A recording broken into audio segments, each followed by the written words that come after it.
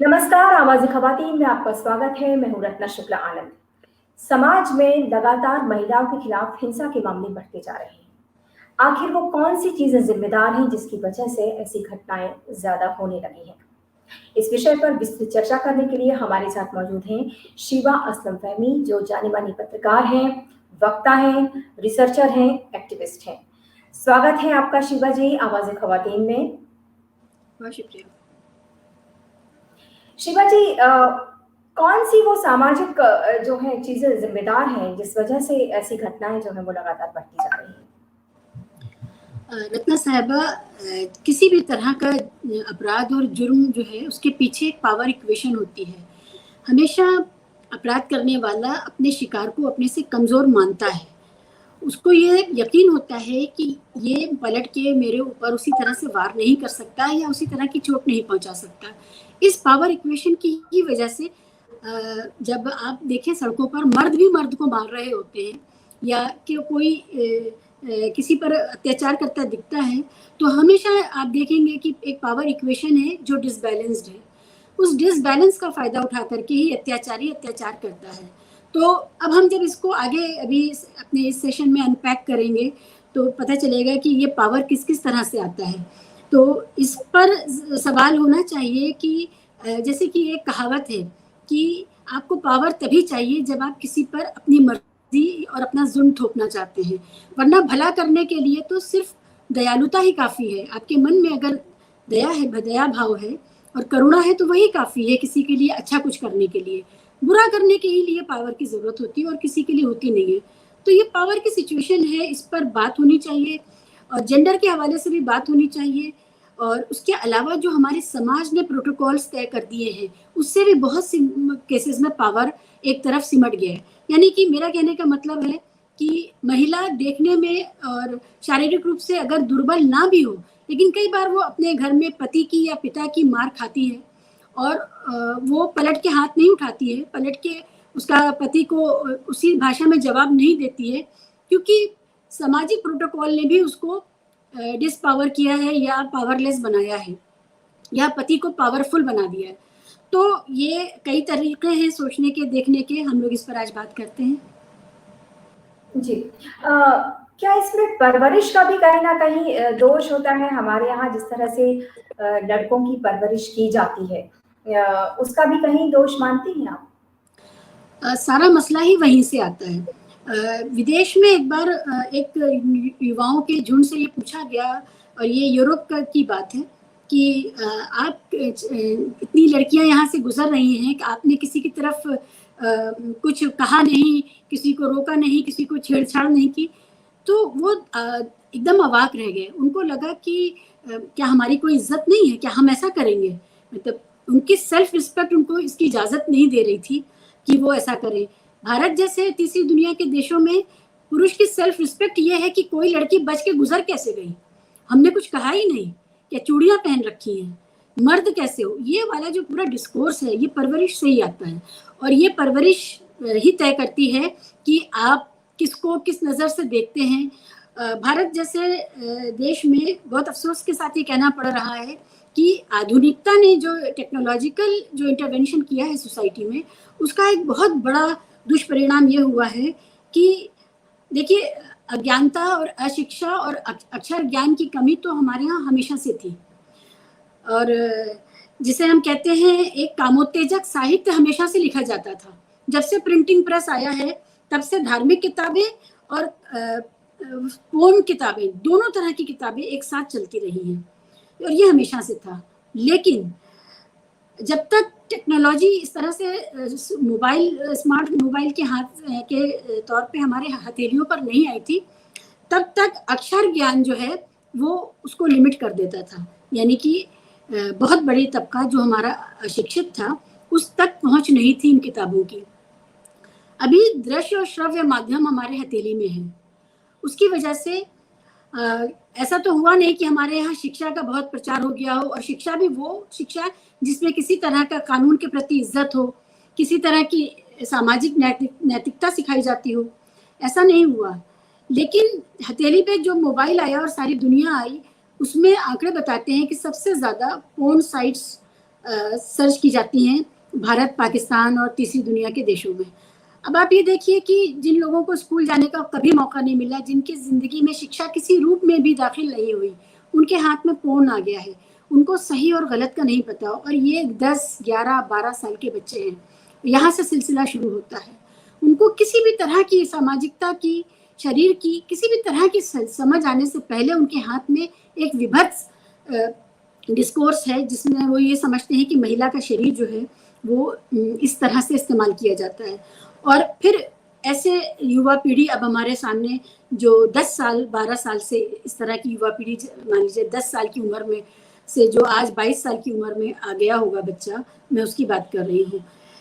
तो शिक्षा के अभाव में, स्कूलिंग के अभाव में, किसी भी तरह की परवरिश, जिसे हम जागरूक परवरिश कहते हैं, उसके अभाव में, तो सही गलत का फैसला, सही गलत क्या है, नैतिक अनैतिक क्या है, कानूनी गैर कानूनी क्या है, इन सब के अभाव में वो अपने आप था, पहले ही से था, और उसके हाथ में ये एक विभत्स आइटम आ गया है, जिससे वो उसकी पूरी साइकोलॉजी जो है वो बदल गई है।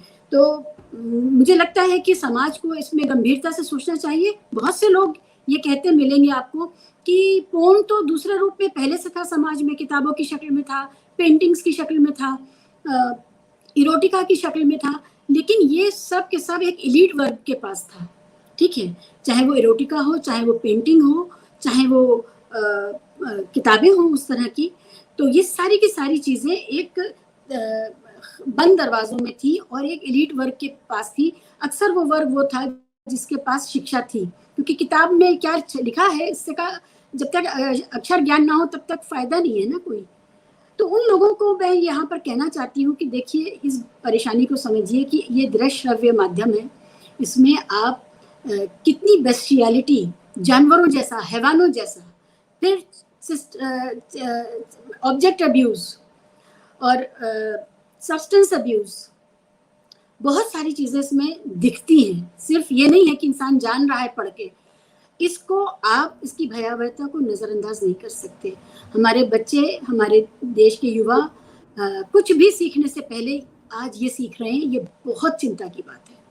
जी, शिवा जी, एक बार फिर हम परवरिश के मसले पर आते हैं। क्या इसमें भी कुछ पहले से फ़र्क आया है, या हमारी जिस तरह की मान्यताएँ हैं, जिस तरह से हालाँकि अब तो काफ़ी फ़र्क आया है, पर फिर भी एक जो तवज्जो दी जाती थी लड़कों को लड़कियों के मुकाबले ज़्यादा, तो कहीं न कहीं उनके भीतर ये बात बैठ जाती थी कि शायद मैं ज़्यादा जो है वो पावरफुल हूँ, या मैं शायद तो ये सब जो चीज़ें हैं, क्या इनके भी कुछ इनका भी प्रभाव पड़ता है ऐसे मामलों में? हाँ, परवरिश का सवाल तो बेहद ज़रूरी है। देखिए, मिडिल क्लास के बहुत सारे लड़के जो बहुत शर्मीले और संस्कारी और ये सब होते थे, उनको तो बाद में आप जो एक सेलिब्रेशन ऑफ मैस्कुलिनिटी है, उसने पूरे कल्चर को बदल दिया है। सभ्य होना, थोड़ा संकोची होना, थोड़ा शर्मीला होना एक अवगुण बन गया है, और ख़ासकर पुरुषों के लिए, तो यहाँ तक कि लड़कियों के लिए भी हो गया है। तो ये अपनी हदों को समझना और उन हदों में रह के व्यवहार करने को अभी दब्बू होना कहने लगे हैं। और एक मैस्कुलिनिटी का जो सेलिब्रेशन है, उसको आप पॉपुलर कल्चर से देखिए। फराह खान और अक्षय कुमार की एक पिक्चर आई थी, जिसमें एक डायलॉग था जो बाद में कॉलर ट्यून बन के बिका। वो डायलॉग था कि तवाइफ या वैश्या, ऐसा कुछ था कि उसकी लुटती हुई इज्जत को बचाना बेवकूफ़ी है, ये डायलॉग था। और ये कॉलर ट्यून के तौर पे अवेलेबल था ख़रीदने के लिए मार्केट प्लेस में। तो हमारा जो पॉपुलर कल्चर है, उसमें हनी सिंह के गाने हों, आपको याद होगा एक दौर में हनी सिंह के जो गाने थे उसमें रेप और सेक्सुअल असॉल्ट और उन सबको सही, बल्कि एक नॉर्मल चीज़ बताया जा रहा था। और महिला के शरीर का जिस तरह से वर्णन लगातार चल रहा है हमारे पॉपुलर कल्चर में, खासकर गानों में, पूरा जो विज्ञापन जगत है, आप उसमें देखिए, कोई विज्ञापन होगा जिसमें स्त्री और पुरुष दोनों दिखाए गए होंगे। अक्सर क्या होता है कि पुरुष तो बहुत पूरी तरह ढका छुपा, बहुत फाइन सूट में खड़ा है, टक्सेडो में खड़ा है, महिला जो है कम से कम कपड़ों में खड़ी है। वही मौसम है, वही वातावरण है, वही एसी है या नॉन एसी है, जो भी है, उसी परिवेश में महिला जो खड़ी है उसके कपड़े कम से कम हैं और पुरुष पूरी तरह से गर्दन से लेके पांव तक ढका छुपा खड़ा हुआ है। तो पॉपुलर कल्चर का भी एक बहुत बड़ा योगदान है। और फिल्मों की पर भी बात होनी चाहिए कि एक मैस्कुलिनिटी जिसमें जबर या जबरदस्ती या ताकत का इस्तेमाल कानून तोड़ करके, चाहे वो सिंघम हो चाहे वो दूसरी फिल्में हों, अगर आप देखेंगी तो उसमें लगातार एक सेलिब्रेशन है मर्दवाद का, मर्द होने का, और उस मर्द को सहनशील नहीं होना है, उस मर्द को कोमल भावनाओं वाला नहीं होना है, उस मर्द को गुंडे के बराबर गुंडा होना है। जो गैर कानूनी कैरेक्टर है, जो गैर कानूनी हरकतें कर रहा है, उससे ज्यादा मतलब उसको आउट स्मार्ट करता हुआ कैरेक्टर है। मेरे ख्याल से दबंग फिल्म में भी ये सब था, और सिंघम में था, और बाकी बहुत सारी फिल्में मैं ज़्यादा देखती नहीं, लेकिन जो देखते हैं वो कोरिलेट कर पाएंगे जो मैं कह रही हूँ। तो फिल्मों से भी हमें ये सब कल्चर लगातार मिल रहा है कि शालीनता जो है वो बहुत बड़ा अवगुण बन गई है। और गाने और एडवर्टीजमेंट्स, और आज के अखबार को भी अगर आप देखें, अखबार का पन्ना आप खोलें, उसमें सॉफ्ट पोर्न लगातार परोसा जाता है, और सुबह सुबह आपके घर में आपके बुजुर्ग से लेके बच्चे तक उस अखबार को अपने अपने कारणों से देखते हैं, और वो समझते हैं कि महिला का शरीर जो है वो उघेड़ने की चीज़ है, उस पर कम कपड़े होने चाहिए, वो ऐसी चीज़ है। ये ऑब्जेक्टिफिकेशन, इस पर बात होनी चाहिए। बहुत ज़्यादा लिबरल डिस्कोर्स जो है वो इस बात को नहीं पकड़ रहा है कि आप लगातार महिला के शरीर को वस्तु में तब्दील करते जा रहे हैं। और जब रेप्स होते हैं तो आजकल आप देखिए किस एज ग्रुप के बच्चे और किस वर्ग के बच्चे मुलविस हैं। तो बहुत भयानक है ये, कि चाहे वो हाथरस वाली घटना हो, चाहे वो हैदराबाद वाली घटना हो, चाहे अभी जो दिल्ली में हुआ है वो घटना आप देख लीजिए। हर मामले में आप देखिए, जिस वर्ग के भी बच्चे हैं जो इसमें हैं, सभी के सभी अंडर, मतलब in their at the most they are in their 20s। तो हमारे युवाओं की जिंदगी पर इसका कितना बड़ा प्रभाव है, ये बहुत ज़रूरी है समझना।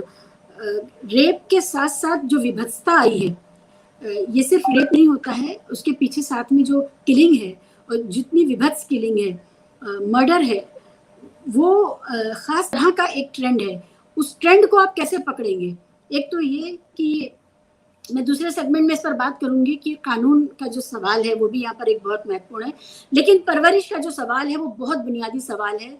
हमारे बहुत बड़ी आबादी है इस देश की, स्कूल कभी नहीं जाती है, शिक्षा कभी नहीं मिलती है, घर में माँ बाप इतने गरीब हैं वो मजदूरी पे जाते हैं, घर में पीछे बच्चे सड़क पर खुद भी सेक्सुअल क्राइम का शिकार होते हैं और दूसरे क्राइम्स का शिकार होते हैं, और खुद वो इससे गुजरते हैं।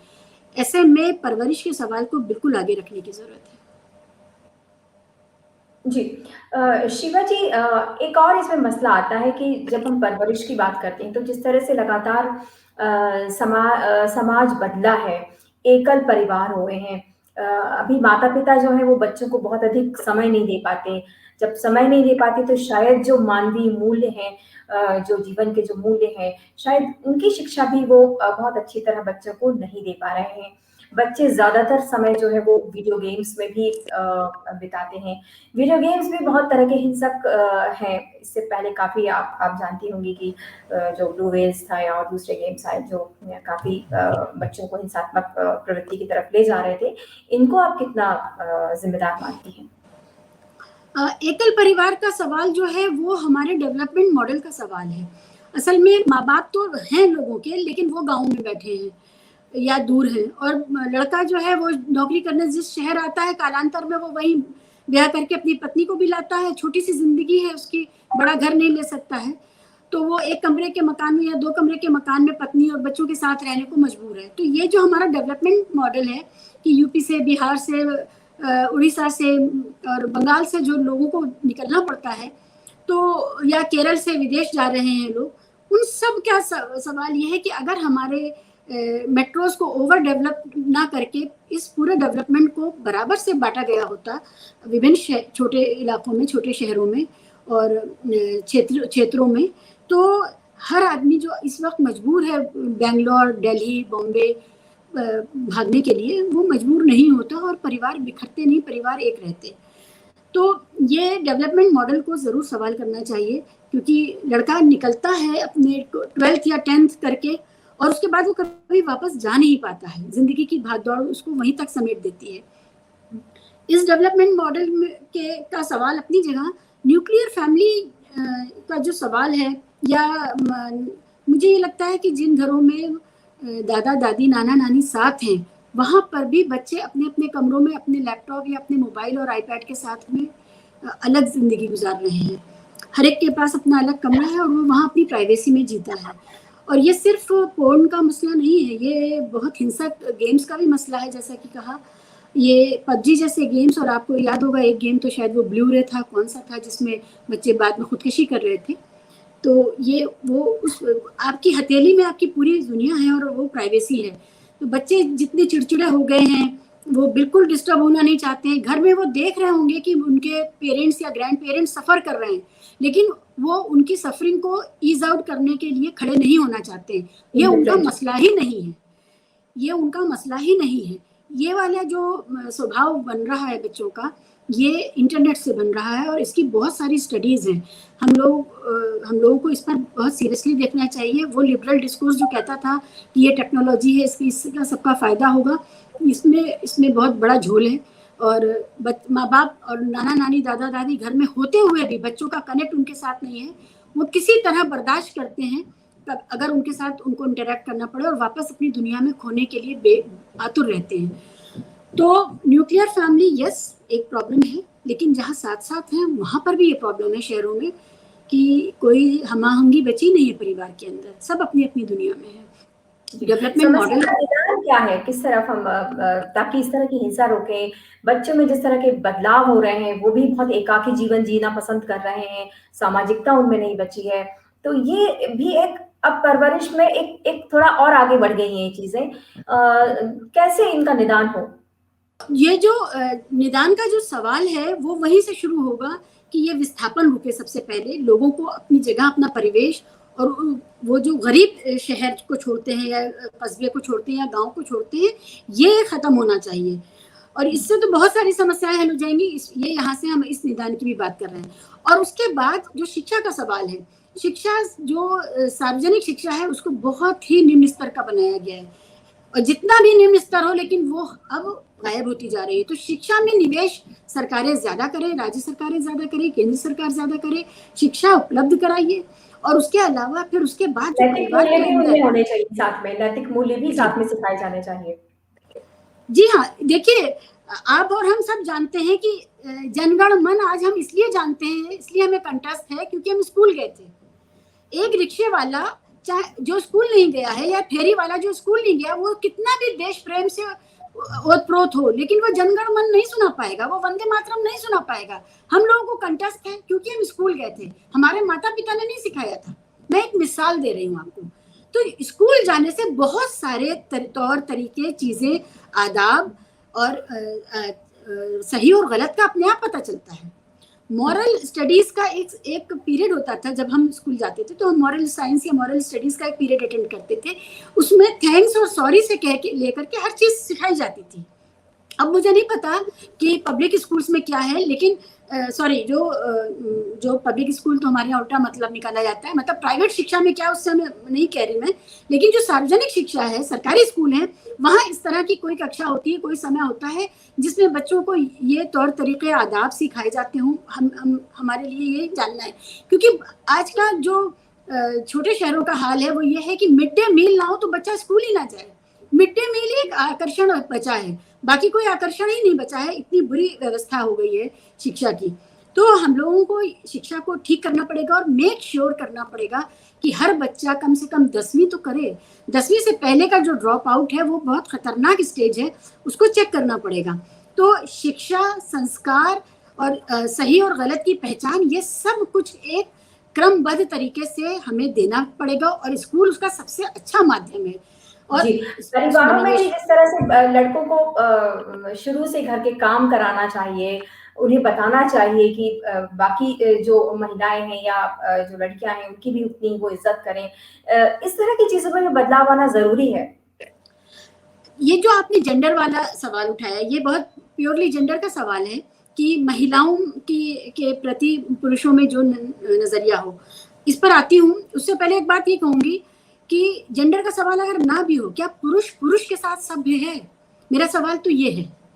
मतलब आप छोड़िए महिला के साथ सभ्य है असभ्य है, क्या पुरुष पुरुष के साथ सभ्य है? क्या लड़के सेक्सुअल अब्यूज का शिकार नहीं होते इस देश में? तो क्या लड़कों की ट्रैफिकिंग नहीं हो रही है? क्या लड़के अपराध का शिकार नहीं हो रहे हैं? क्या सब्सटेंस अब्यूज का शिकार नहीं हो रहे हैं? कौन सा अपराध है, सिर्फ डिग्री का फर्क है, कौन सा अपराध है जो सिर्फ महिलाओं के साथ हो रहा है, पुरुषों के साथ नहीं हो रहा है? तो ये बहुत भयानक स्थिति है। अब जहां तक जेंडर का सवाल है, आपने जेंडर का सवाल उठाया कि जेंडर का जो फर्क है हमारे समाज में शुरू दिन से बता के देना होता है, ये बहुत अहम सवाल है। क्योंकि देखिए, रेप के खिलाफ तो पूरा समाज खड़ा हो जाता है, चाहे वो खाप पंचायत हो, चाहे वो हमारे मौलवी हजरात हों जो औरतों को बुर्के में बंद करना चाहते हैं, चाहे वो कोई और बिरादरी पंचायत हो, गांव की पंचायत हो, जो बिल्कुल मर्दवाद में लिथड़ी हुई है व्यवस्था, वो भी रेप के खिलाफ खड़ी हो जाती है और वो कहती है रेप नहीं होना चाहिए। लेकिन जैसे ही उससे ये बात करो कि लड़की को बराबर का अधिकार दो जिससे वो मजबूत शख्सियत बने, उसमें विवेक पैदा हो, वो गलत फैसलों से अपने बचे, बहुत सारे मामलों में तो लड़कियां इसलिए अपराध का शिकार है क्योंकि उन्होंने खुद ही एक गलत फैसला लिया, खुद ही एक अपराध, वो समझ नहीं पाई कि वो जिस जगह जा रही हैं या जिस आदमी के साथ हैं वो अपराधी प्रवृत्ति का हो सकता है या ये उनके लिए खतरा हो सकता है। ये विवेक पैदा ही नहीं हो पाया लड़की में।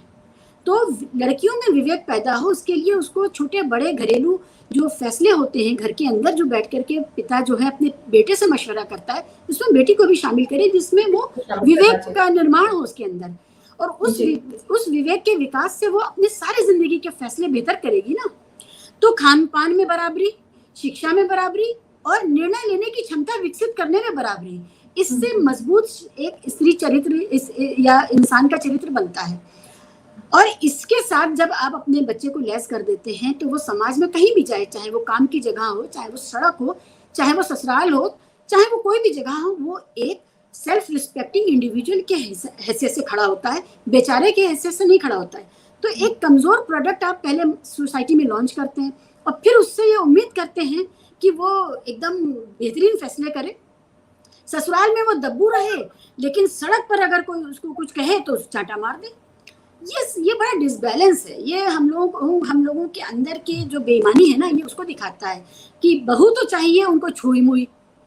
आपको पता है, मतलब पता नहीं आप इसको कैरी करेंगी या एडिट आउट कर देंगी, जया भादुड़ी से जब पूछा गया था कि ऐश्वर्या राय में बहू के रूप में आपकी सबसे अच्छी बात क्या लगी, तो जया भादुड़ी जो इतनी बार की सांसद वगैरह हैं, उन्होंने ये कहा था कि वो बोलती बहुत कम है।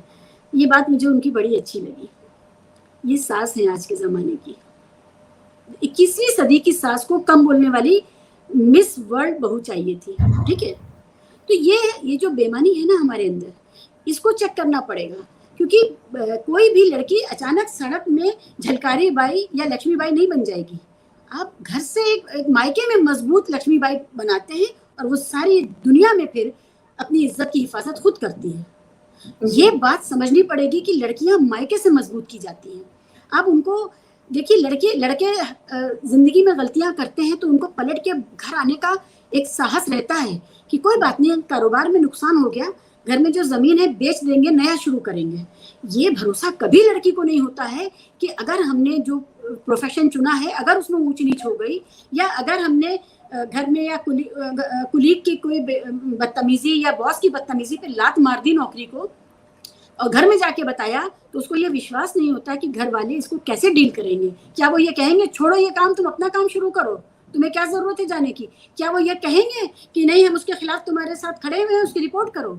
वो तो सिर्फ ये कहेंगे कि घर बैठो, शादी करेंगे अब तुम्हारी।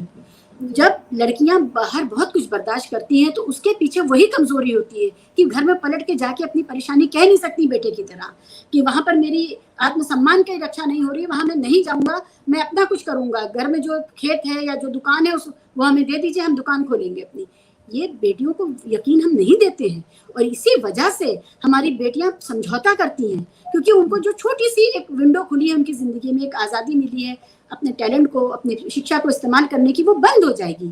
तो हम एक निहायत गरीब प्रोडक्ट बहुत मिस्कीन, बहुत बेचारा, लाचार प्रोडक्ट समाज में लॉन्च करते हैं, फिर हम चाहते हैं कि वो हर जगह अपने आप को बचाए, अपनी इज्जत की हिफाजत करे, अपने आत्मसम्मान की हिफाजत करे। ये होता नहीं है, हम बेईमान लोग हैं। जी, तो कुल मिलाकर इस चर्चा का जो सबसे महत्वपूर्ण जो इस चर्चा से जो चीज़ें निकल कर आई हैं, वो ये हैं कि जो परवरिश जब हम करते हैं, तो लड़के और लड़कियों की बराबरी से करें। लड़कियों को भी उतना ही एम्पावर करें, उतना ही उनको सशक्त करें, उनको अपने जो उनके अधिकार हैं, उनके प्रति जागरूक करें, उनके भीतर हम ये आत्मविश्वास भरें कि हमेशा उनका परिवार उनके साथ है और वो बाहर किसी भी चीज़ का मुकाबला अगर करें, तो वो इस पूरे आत्मविश्वास के साथ करें कि हर व्यक्ति उनके साथ खड़ा रहेगा। शायद ये अभी हमारे समाज में ये बहुत बड़ी कमी है और इसे दूर करना होगा। महिला सशक्तिकरण शायद तभी पूरा होगा। बहुत-बहुत शुक्रिया शीबा जी आपका आवाज़े ख़वातीन के साथ बातचीत करने के लिए। आपसे आगे भी कई मुद्दों पर बातचीत होती रहेगी। शुक्रिया। बहुत शुक्रिया मुझे बुलाने के लिए।